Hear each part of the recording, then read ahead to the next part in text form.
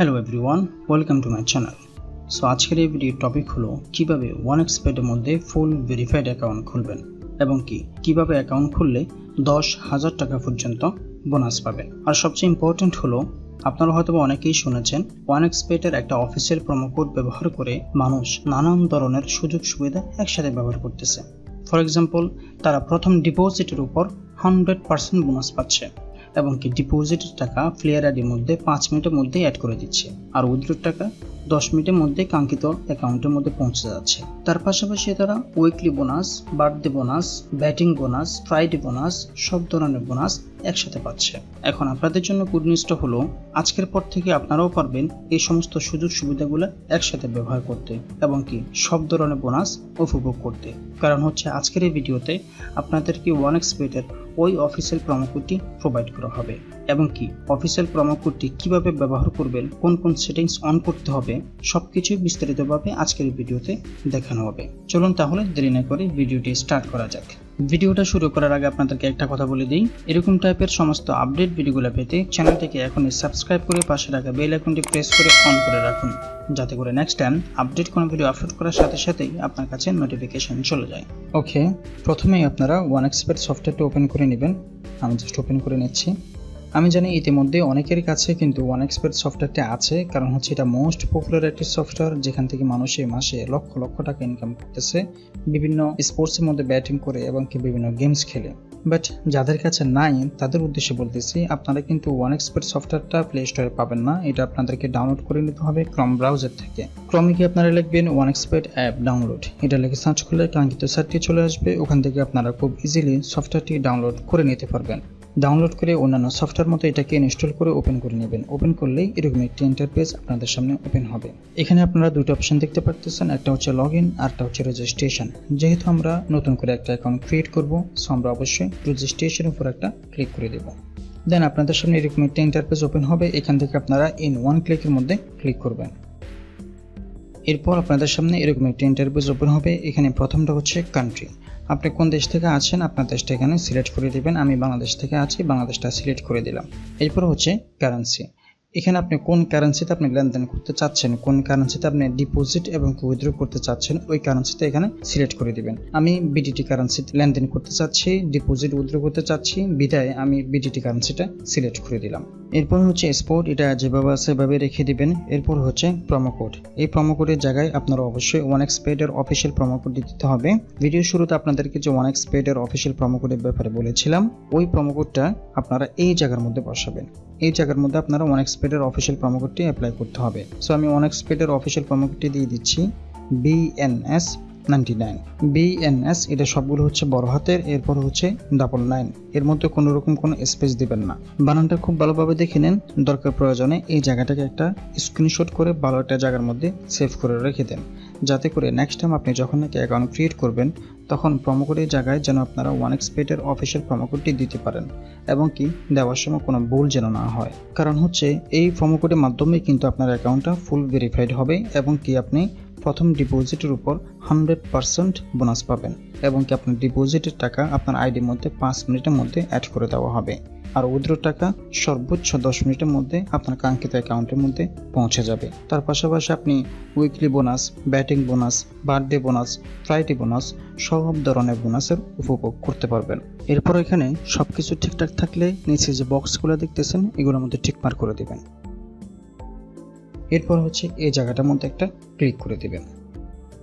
এরপর এখানে দেখতে পারতেছেন গুগলের একটা ভেরিফিকেশন মেথড, এখানে টিকমার্ক করে দিবেন। এরপর এখানে যে ইমেজটা সিলেক্ট করার জন্য বলবে ওই ইমেজটা দেখবেন কোন কোন বক্সের মধ্যে আছে, ওই বক্সটা সিলেক্ট করে নেক্সটের মধ্যে ক্লিক করে দিবেন। আমার এখানে দেখতে পারতেছেন বাইসাইকেল সিলেক্ট করার জন্য বলতেছে, আমি বাইসাইকেলের ইমেজটা যে বক্সের মধ্যে আছে ওই বক্সগুলো সিলেক্ট করে নেক্সটের মধ্যে ক্লিক করে দিব।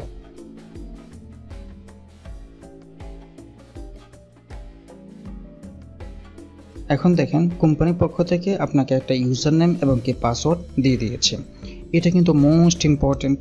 আপনি এটাকে কোনোভাবেই কিন্তু হারাতে পারবেন না, কারণ হচ্ছে এই ইউজার নেম আর পাসওয়ার্ড ছাড়া আপনি কিন্তু নেক্সট টাইম লগ ইন করতে পারবেন না। সো বুঝতেই পারতেছেন এটা কিন্তু মোস্ট ইম্পর্টেন্ট।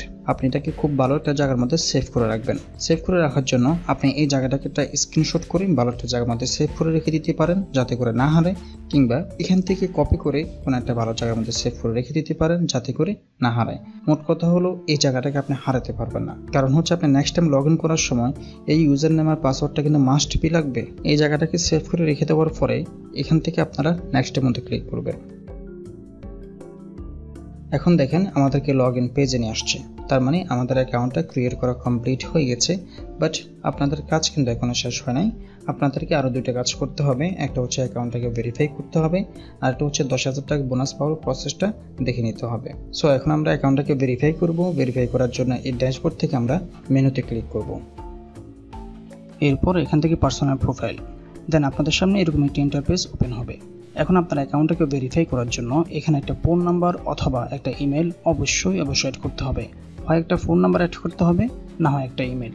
আর আপনি যদি দুটোটাই অ্যাড করেন তাহলে অনেক ভালো।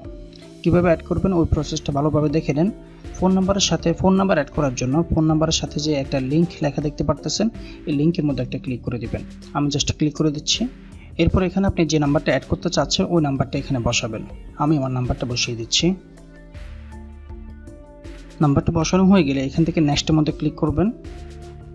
এরপর এখান থেকে সেন্ড কোডের মধ্যে ক্লিক করবেন। সেন্ড কোডের মধ্যে ক্লিক করার সাথে সাথে আপনি এখানে যে নাম্বারটা অ্যাড করতে চাচ্ছেন ওই নাম্বারের মধ্যে একটা কনফার্মেশন কোড যাবে, ওই কোডটা বসাতে হবে। আমি সেন্ড কোডের মধ্যে ক্লিক করে দিচ্ছি। এখন দেখেন আমার এখানে কনফার্মেশন কোডটা চলে এসেছে। তো কনফার্মেশন কোডটা আসার পর আপনারা এখান থেকে কপি করে এই জায়গার মধ্যে বসিয়ে দিবেন। আমি জাস্ট এখান থেকে কপি করলাম, দেন এখানে পেস্ট করে দিলাম। এরপর এখান থেকে অ্যাক্টিভের মধ্যে ক্লিক করে দিবেন। এখন দেখেন your phone number has been activate successfully, তার মানে আমার ফোন নাম্বারটা এখানে সাকসেসফুলি ভাবে অ্যাড করা হয়ে গেছে। এরপর আপনারা ইমেলটা যদি অ্যাড করতে চান কিভাবে অ্যাড করবেন সেম প্রসেস, তারপরে দেখিয়ে দিচ্ছি। ইমেল লেখার সাথে যে লিঙ্ক লেখা দেখতে পারতেছেন এখানের মধ্যে একটা ক্লিক করে দিবেন। সেম প্রসেস, এখানে আপনার যে মেল নাম্বারটা অ্যাড করতে চাচ্ছেন ওই মেলটা এখানে বসিয়ে দিবেন। এরপর এখান থেকে নেক্সট, এরপর সেন্ড কোডের মধ্যে ক্লিক করবেন।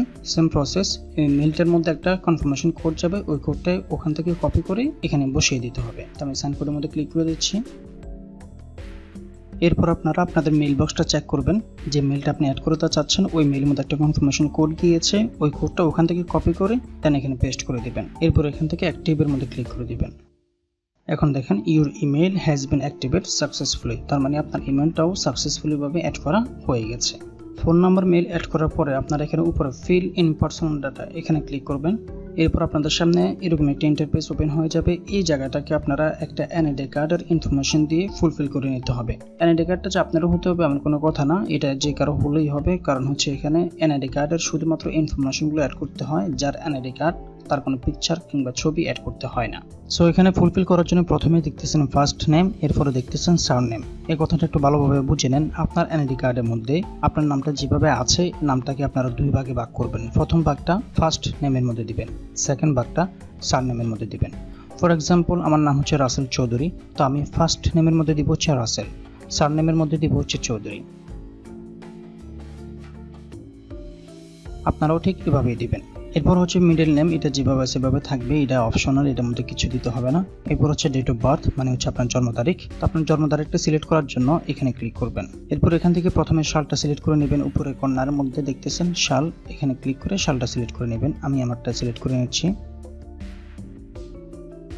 এরপর এখান থেকে মাসটা সিলেক্ট করে নেবেন। এরপর এখান থেকে ডেটটা সিলেক্ট করে ওকেতে প্রেস করে দিবেন। এরপর হচ্ছে প্লেস অফ বার্থ, মানে হচ্ছে আপনার জন্মস্থান। এটা আপনি পেয়ে যাবেন আপনার এনআইডি কার্ডের পিছনের অংশে লেখা আছে প্লেস অফ বার্থ। ওখানে যে জায়গার নাম লেখা আছে ওই জায়গাটা এখানে লিখে দিবেন। আমার এখানে লেখা আছে ঢাকা, সো আমি এখানে ঢাকা লিখে দিচ্ছি।